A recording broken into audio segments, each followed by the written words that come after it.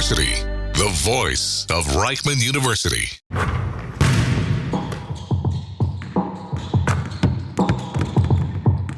The Baseline. Stories from the court with Jonathan Rears and Mayor Cohen. Welcome back, guys. The Baseline podcast. Jonathan Rears, Mayor Cohen, and we got Tyler Cook. Thank you for coming. Tyler from St. Louis originally, right? Yep. Went to Iowa Hawkeyes for 3 years. Then made his way over to Cleveland, played for the Cavs and the Charge, and then played in Oklahoma for the Blue. And then he went over to Denver, played on the Nuggets, Iowa Wolves, Brooklyn Nets, Detroit Pistons, Chicago Bulls, Windy City Bulls, Salt Lake City Stars. And then he started his overseas career, made his way over to Melbourne, Australia, played there for part of the season, and then over to Spain before heading to Turkey. And now he's going to be moving on to Japan. Yeah. It's been a lot, bro. I feel like I've been all over the world, bro. It's been a hell of a journey, but it's been fun, and it's just been a blessing, in total. Yeah, so I'll tell you a little bit about what we do here. This is the Baseline podcast. We've been in our third season here. We're interviewing athletes from all over the world, guys who are playing overseas especially. We really have this, platform to talk to guys who are playing overseas and hear from their experience, hear what they learned, what they wish they knew for young guys going overseas afterwards. Yeah. And, you got an awesome story you played, as you said, all over and continuing your overseas career. So that's awesome. We're happy to hear about that contract in Japan. That's sick. But yeah, man, that's what we do here. So we'll run it through with you, hear about your career, your experiences. But thanks for joining, dude. We're excited. For sure, man. I'm glad you guys asked, man. When I saw your message, I was like, yeah, I checked out the page a little bit, and I've seen some clips, you guys before, just like on my Explore page. I'm like, yeah, let me go and hop on here. It seems pretty cool. So thanks. Appreciate you guys for asking me. Appreciate you, man. Why don't we take it all the way back to your St. Louis days? Where did basketball really come into your life, and when did you really start getting that joy for ball? Yeah, I mean, like a lot of kids, I played pretty early on, probably starting at 6, 7 years old, just in little league stuff. But as I kind of got older, my parents put me in every sport basically you could think of. I played soccer, I played hockey, I played baseball. I did everything. But then, kind of towards middle school, I was just playing basketball and football as my main sports. And if you would have asked me probably before I got to 8th grade or so, I'd have told you that I wanted to play football professionally instead of basketball. But then I kept getting hurt playing football. And so the decision was kind of made for me that, hoops was going to be my thing. And kind of once I got into, my freshman and sophomore years of high school, it's kind of really when that love started to set in to where I felt like I wanted to do this for the rest of my life. So it was kind of a gradual, increase in terms of how much I enjoyed and loved the game. But once I kind of got to that 16, 17-year-old time in my life, that's kind of really when I just locked in on it. So we know you obviously had a ton of success in high school, playing with, some of the top players in the world then and definitely now. So what we hear a lot about basketball culture. We interview guys from New York a lot, from overseas too.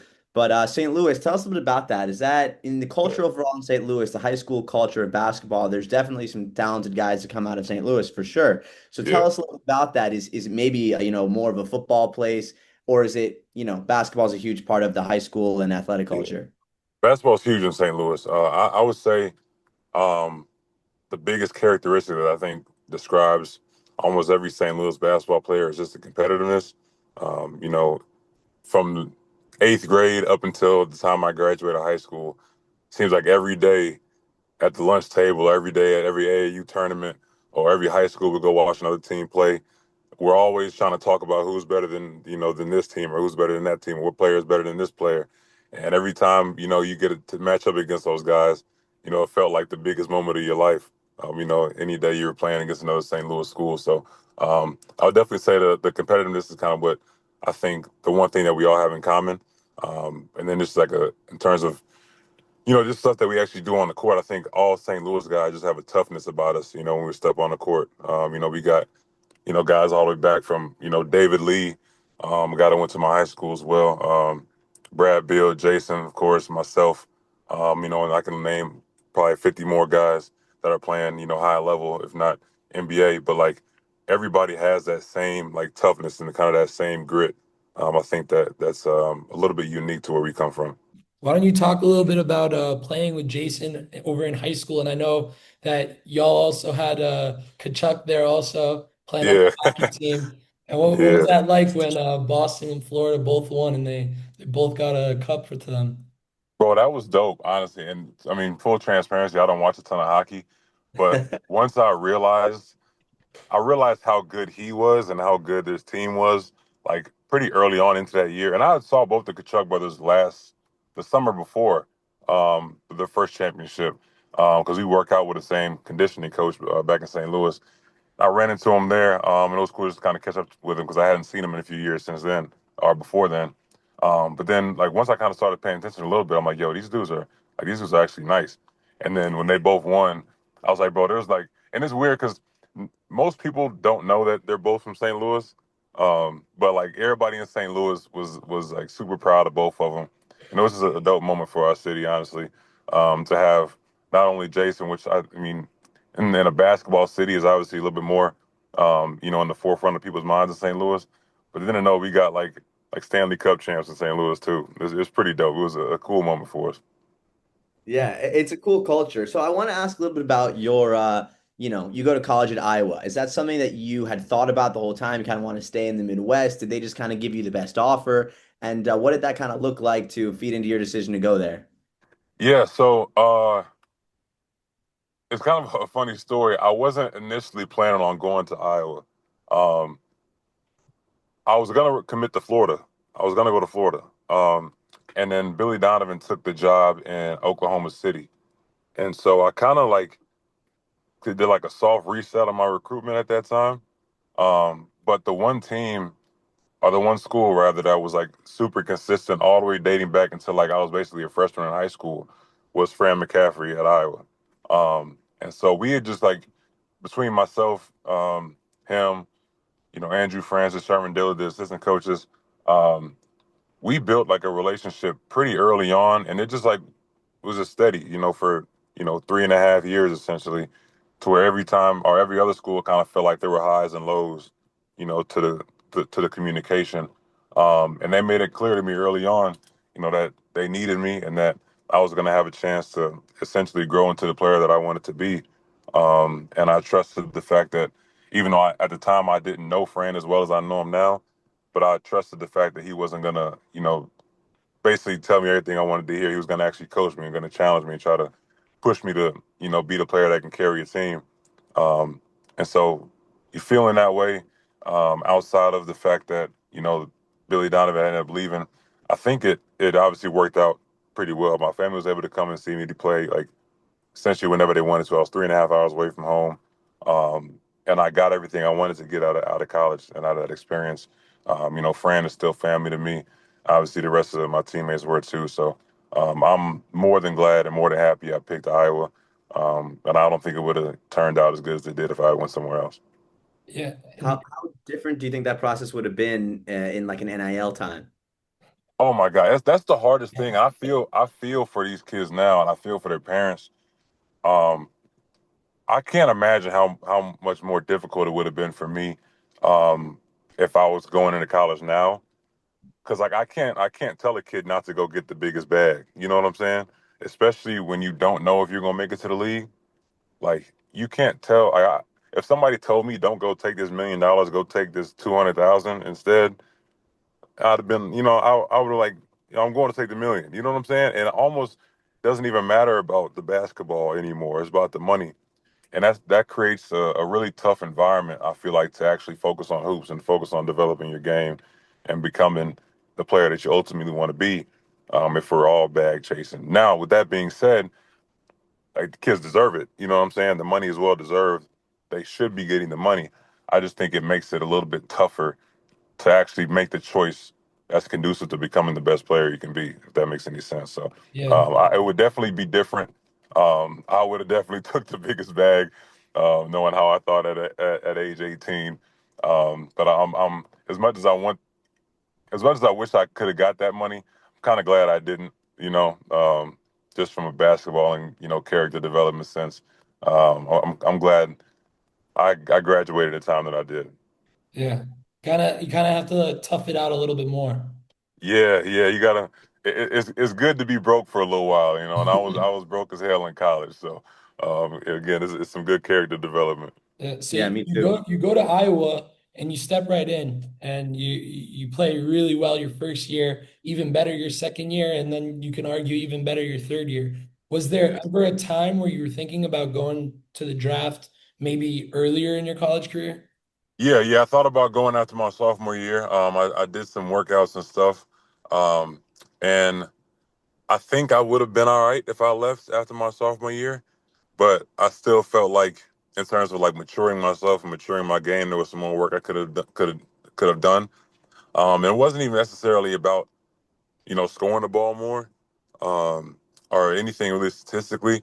I think it was just like me learning and kind of understanding the game a little bit more, to where I could feel confident in the fact that I can go and adapt, anywhere else. And so the change in my second to third year, I'm pretty sure my stats were pretty similar. Yeah. But the change was more so like trying to be a player that's actually um, like a winning player. You know what I'm saying? Like trying to do stuff that actually matters outside of scoring and rebounding. Like being a better teammate, being a better leader. The little nuances and stuff of the game that some like casual fans wouldn't necessarily understand. But those small things that kind of help you become a better pro eventually. And I think that served me well. Obviously in my last year in college, but then also heading into the league after that year. So tell us a little bit about, you have that last experience in college, and then you do head to the league, you make it to the Cavs, and tell us a little bit of that experience, maybe the moment you signed that contract to be a part of that team, what that experience was like for you to realize that you had made it at that point, and Yeah. kind of that first experience you had with the Cavs. Yeah, so it was kind of a roller coaster. So after I came out of college my third year, I didn't get a combine invite, but I got invited to the G League combine. I go to the G League combine and then I perform really well, and they move me to the regular combine, and I perform really well there too. And after that, initially I had like 15 workouts scheduled, but then I performed really well, and I was projected to go, on a certain slot in the second round after the combine. And obviously, we never know. Like I could have went, you know, in the first, I could have not got drafted at all still. But I performed really well, and so me and my agent were focusing in on the group of teams, or a group of picks in that second round, and we were going to cut our workout list down to those teams. And my first workout was with the Pistons, and I break my ankle in my workout with the Pistons. And this was 3 weeks before the draft. And so like I was obviously heartbroken. I'm like, there goes my shot at the league, essentially, is what I thought, right? And so fast forward to the draft night, I didn't get my name called, but like 20 minutes after the draft ended, or actually before the draft ended, I got a call. My agent was like, "Hey, you're getting a two-way contract with the Nuggets." And so that was like a weird feeling that I had. Obviously, I was like super like disappointed and still sad that I was in a boot at the time and that I didn't get my name called. Because everybody wants that moment, you know what I'm saying? You want to hear your name called on TV, but then at the same time, like still being able to have my dreams come true in that same day, really in that same hour, essentially, getting that contract in hand from the Nuggets. It was a blessing, man. It was awesome. And again, I think that early adversity was good for me. Um, but my first experience in the league, I did camp with the Nuggets, and I ended up going to Cleveland right after camp. Um, but it was like everything and more I'd honestly imagined it being. Being able to be around guys like Jokic and Paul Millsap, Jeremy Grant, Jamal Murray, early on was huge for me. I still use and take things that I've learned from them, to this day, that I learned at 19, I was 21, 22 years old, 6 years ago. So, it was awesome for me. It was a massive learning experience. I really didn't get real playing time until year two in the league. But it was just that whole experience, my whole first year, being around those guys, and then going to Cleveland and being around guys like Kevin Love, Tristan Thompson, Jordan Clarkson, like a whole bunch of these guys, that are extremely successful players in the league. It was dope for me. It was a really cool experience. And that Well, year you moved from Cleveland, you do play for the Charge, Oklahoma City Blue, and then towards the end of the year you do play with the Nuggets, and Yeah, yeah, I went as you back. you go to the bubble with them too. Yeah, So yeah. why don't you So talk about playing over there in the bubble? yeah, so that was crazy. So obviously, so just recap over my rookie year was kind of crazy. I went so the training camp with the Nuggets, they had some point guard injuries, so they ended up waiving me so they could sign another point guard at my two-way spot. Cleveland claims me off a waiver, so I go from Denver, I go to Oklahoma City because I'm planning to sign with Oklahoma City Blue, the G League team, after I clear waivers. I go to Oklahoma City literally like the next day. Waivers clear in 48 hours. In like the last 12 hours, Cleveland like picks me up off waivers. And so I'm in Oklahoma City. I'm waiting for like 4 more hours basically to sign with Oklahoma City. Cleveland calls me. So the guy in Oklahoma City drives me back to the airport. I go to Cleveland, play most of my rookie year in Cleveland, and then the pandemic, or I'm sorry, um, I get waived off my two-way in Cleveland. I think at the beginning of the following year, beginning of the following like calendar year, I go to Oklahoma City, um, and pandemic hits like a month later, and so my Oklahoma City stint was like super short. But then once the season or the league picked back up in the bubble, Denver called back was like, "Hey, we'd love for you to come to the bubble with us." Essentially offering me my same two-way contract back. So that's kind of how my rookie year went. Um, but the bubble was insane, bro. It was like I think we were there for like 93 days. Um, but it was like an experience that nobody like can really like you can't really prepare for it. And it's hard to really explain, the day to day of what it was like. The first I say like the first month was like a really cool experience. Everything was cool, but the first month was like kind of like you're just excited about it. Every day was kind of cool. It was like a new adventure. Then after like that first month, you kind of like you get a little stir crazy. You're kind of stuck in your room a lot. The NBA did a great job of like with the canvas and making sure you kind of had enough room to stretch your legs and move around and stuff and do certain things. Um, but after like that first 30 days, at least for me, it was kind of like a grind after that. You know what I'm saying? Um, but once we kind of got into the playoffs, and the playoffs for us that year were insane. Coming back from down 3-1 Well, twice Jamal against Murray, Utah. Jamal Murray Yeah, went off. that Jamal, that those few games between Jamal and Donovan Mitchell. Donovan Mitchell were insane, bro. That was crazy to see. But the bubble was crazy, bro. It was an experience that I will never forget for sure. And I don't know if I'd do it again, but I'm glad I did it once. Yeah, I remember watching those games. Those got I was jumping out off the couch like every two Yeah, minutes, bro. I was the going same. back I'm and sitting there on the forth. bench in street clothes, like going crazy too. Like I was just, it was a great time to be a fan of the game, just because being in the bubble, you had nothing to do but watch hoops. Right. You know what I'm saying? Like, so every other day, I get essentially a front row seat to watch the best players in the world play. I wanted So, to ask you, you actually played two games, but you're there for 93 days. So how'd that yeah, affect you mentally, and how were you like staying prepared at the same time? yeah, that was tough, bro. Because a lot of times, like I didn't even suit up for a lot of those games, right? And so, in my mind, it was tough to kind of stay ready because I understood like my role being in the bubble was kind of like basically just like a locker room guy, right? And credit to Denver, I love their front office. They to this day some of the best people I've worked with in my career, just because they were honest with me. So before I even came, they're like, "Hey, you're probably not gonna play a lot, but everybody here loves you. Like we want you here, you know." And so from the jump, I knew kind of what my role was, and I wasn't gonna play a lot. But at the same time, I'm still a pro and I'm still a hooper, and I did my best every day in practice to kind of keep myself ready, keep myself sharp. We played ones almost every day in the bubble. It was definitely a challenge. And I think that experience helped me as I matured into the league and matured as a pro in general to learn how to keep myself ready, even in times when I'm not playing or times when I'm not active. It was tough, but we figured it out, and I was thankfully not alone. It was a handful of other guys that kind of in the same boat as me. So we all kind of worked together and leaned on each other in that time to kind of keep ourselves sharp and ready.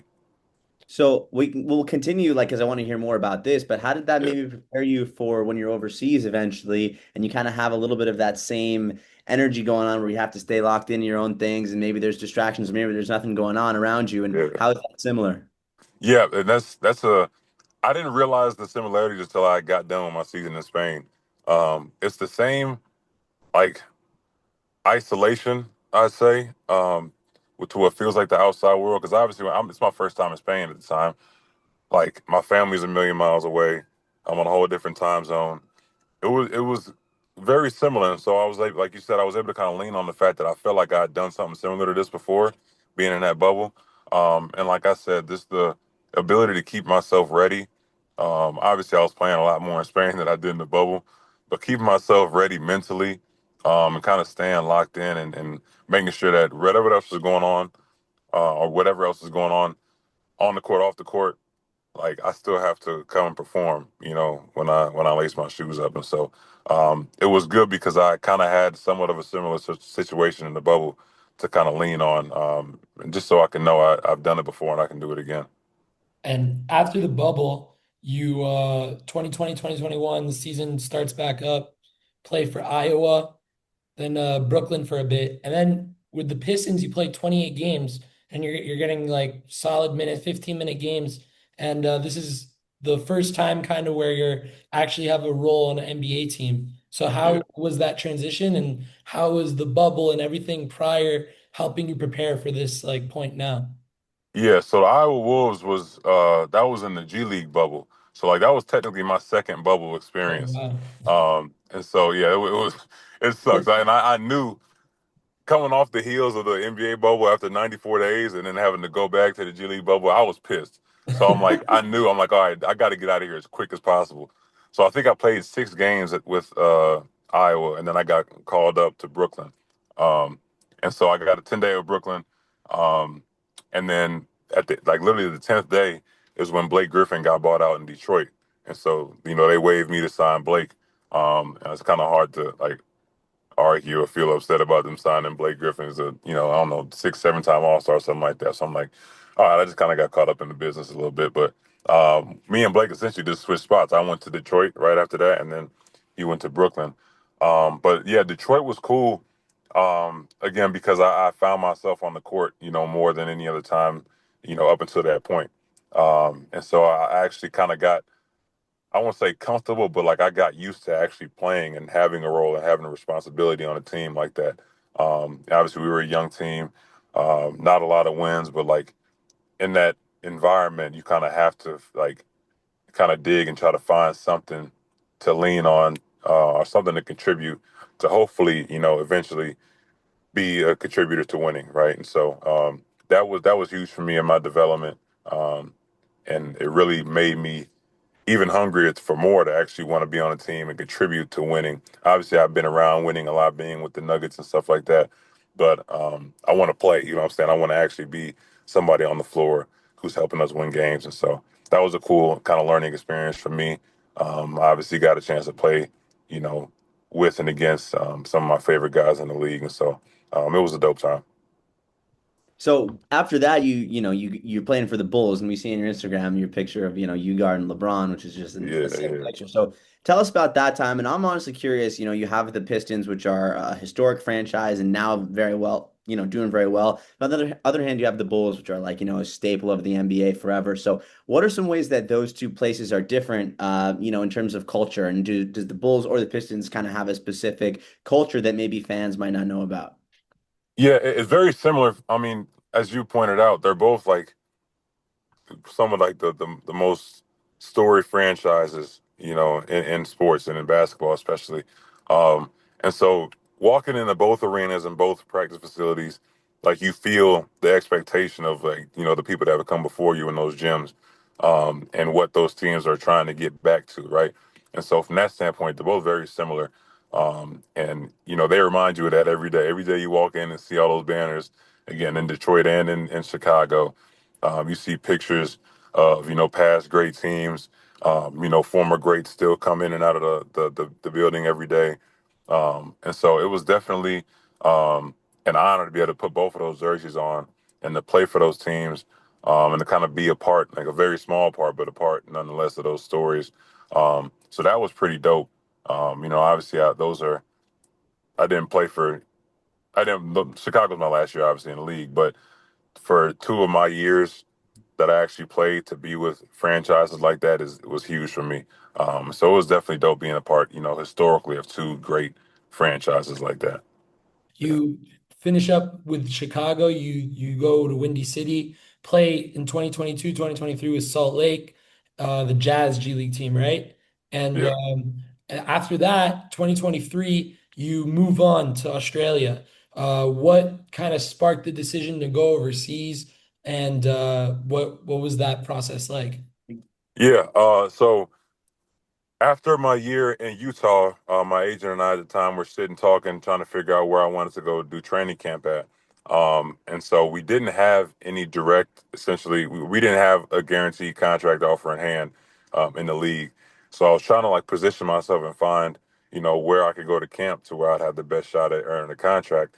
But we ended up going to Australia instead of going to camp because at that stint or at that time in Australia, there was an event called the NBL Blitz, and all 30 teams had all their scouts at the NBL Blitz. And so I'm like, hey, if I can go play well in front of everybody, maybe that's better than me going to camp with just one team. And so that's what made me go to Australia in the first place.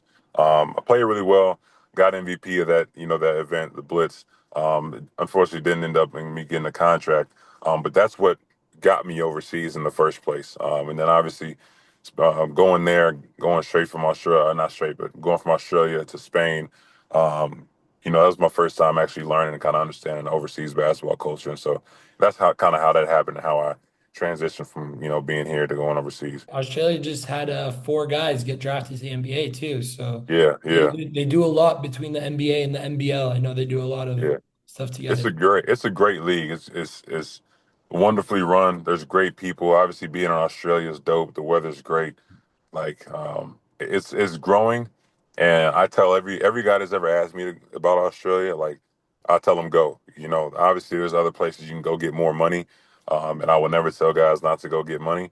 But like especially for guys who's their like it's their first stint overseas, I'm like 100% go. Like you'll get the money. You know what I'm saying later on. Like go. It's a great place to have your first overseas experience. Obviously they speak English. It's kind of just like to me it's like an intro course to overseas, being in Australia as an American. So it's a great league. I love it. I would have stayed. Obviously there's other factors that play. Financially, but I love Australia. They treated me well, so I got a lot of love for them. So switching, as you mentioned, kind of from Australia to then playing in Spain. Now you're overseas, I guess, as you could say, out. You're past the intro course. You're now on to Yeah, whatever's yeah, next. You show up there, you realize like, oh shit, like nobody's speaking English. I gotta figure something else out. Like, maybe that kind of isolates you a little bit what you were talking about before. So, we talk a lot about transitions from here to here, one team to another, but this is, I'm sure, is your biggest one. You're going from a place that is overseas, but everyone's speaking English, to now you kind of gotta play catch up. You don't know what the fans are saying or what anybody's saying. right, So tell us about that, and then that's where it really comes into like, can I get accustomed to the culture and can I right. make a path here? Yeah, it was very very different. To me Australia was damn near like living in California. It's to me it was California with accents. You know what I'm saying? So it was it was pretty easy to be in Australia. Then going to Spain again, like brand new to the culture. Like everybody thinks they know a little bit of Spanish, and I could understand a little bit, but like still, I don't know what anybody's saying. I don't know what they're saying to me or about me. None of that. And it was definitely tough to me. Like that's where I really felt the isolation. You know what I'm saying? Because I'm like, hey, there's only a few people here I can actually communicate with. And then obviously I'm on a totally different time zone, than my family is, and so for a lot of my day I can't speak to them. You know what I'm saying? Yeah. And so it was definitely a tough transition. I think for all guys that are starting their overseas career, you really have to like lean on your teammates. Like that's like your family essentially for your 8, 9, 10 months overseas. That you definitely have to kind of grow those relationships with your teammates, get involved in the community and then in the culture where you're at. Um, and I think that'll help. But it's I try not to sugarcoat a lot. When I tell guys about overseas, it's gonna be tough. I don't think it's realistic to think it's not going to be. But if you get lucky with the guys you're around and you kind of get to a good spot geographically, you can have a good time. You now transition after that to play in Turkey. Now, here's what I'm kind of curious about play style of leagues. You're playing in the G League, the NBA, go to Australia, Spain. Now you're in Turkey. So I'm not so familiar with the Turkish league. I know that they just won the EuroLeague, Turkish team actually. But Yeah, how is that kind of translation? Maybe all of a sudden the refs aren't calling what you want them to call, and it's like it's yeah, a whole ball game on another level.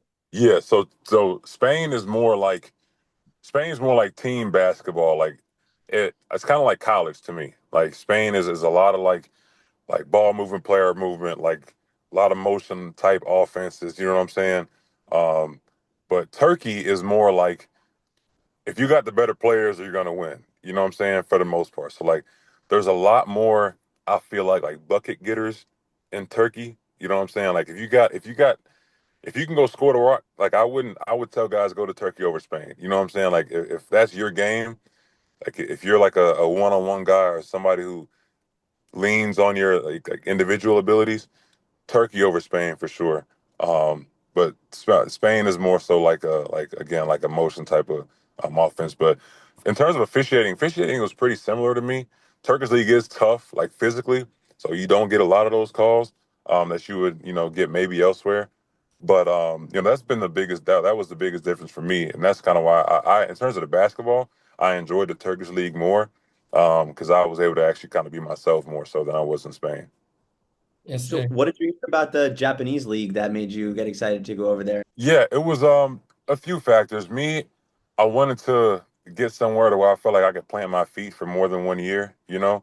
Obviously I signed just a 1 year deal with this team, but um from what I've heard, from what I've told, I've had like a lot of my good friends are playing over there now. I played over there in the past. And then financial standpoint, and then also looking at Japan essentially is the best market for like front court guys, like fours and fives. And there's a lot of great competition at the 4 and 5 spot in Japan as well. So looking at where like a spot I can be at like long term, somewhere competitively where I can, go up against some other really good guys in my position. And then being somewhere again where like I feel like my family would like to be at, for an extended period of time. And then also, of course, the money was great too. So um, at that point, kind of once I've been thinking about honestly the last couple of seasons. I'm doing Japan. They've expressed interest in me for the last couple of years. But the more and more I kind of sat and thought about it over these last 2 years, I was like, okay, I'm kind of ready to make that move. So I'm excited for it. I'm excited for the new experience. I think it'll be fun. And so I go out there on August 11th, and so that's kind of when that next chapter begins. Before the Zoom ends, really quick, we do Yeah. this little shot clock segment at the end of our Zooms, at the end of our podcasts. And I'm just going to put up 24 seconds. We're going to go bang, Yeah. bang questions. You're Let's going do to, it. all right, ready? Yep. Three, Wait, two, hold up, wait, one, Joe, wait, my questions ain't go. loaded. First basketball jersey you've ever owned. Oh man. LeBron James Cleveland jersey. Best city you've played in. Chicago. Hype song before a game. Oh man, my Savage is about Future. Hardest player I've had to guard. Giannis. What's the one move in your bag that always works? Oh, hang dribble left, straight line drive. I'm getting fouled. I'm getting to a floater every time. Yeah. We appreciate you, brother. Thank you for joining us, man. Tons of success, tons of luck in Japan. Excited. Thank you for So, coming, man. hey, thank you guys for having me. This is fun. I'll come back anytime. So again, thanks for the invite. Wish you guys the best and I appreciate the good luck.